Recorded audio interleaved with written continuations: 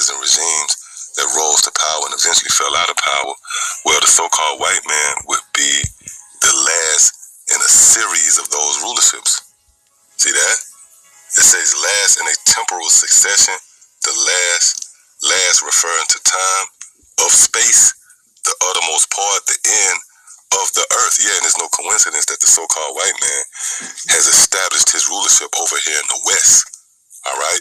The West would be the uttermost part of the earth, the end of the earth.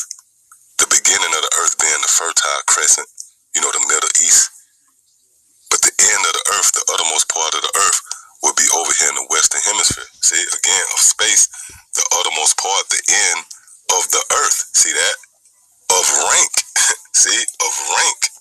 Grade of worth, last, i.e., lowest. Yeah, meaning the so-called white man in his very being, his very existence in relation to rulership would be the worst case scenario. See, again, it says of rank, grade of worth, last, lowest. See, that's why the scriptures refer to the so-called white man as the hindermost part of the nations.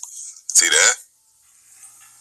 So all roads point to the so-called white man being in power here in the latter days. You got to remember, when our Lord Yahweh shall return, he's not returning to make a pact or a covenant with the nations, man. Our Lord is coming to stake his rightful ownership of the planet Earth and in the process deliver his elect by overthrowing his arch enemy and nemesis, which would be none other than the so-called white man. See that? So Esau figures prominent in future judgment as the scene of future great judgment. See?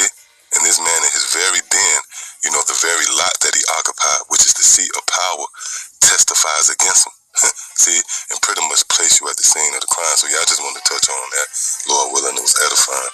Till the next time I say shalom.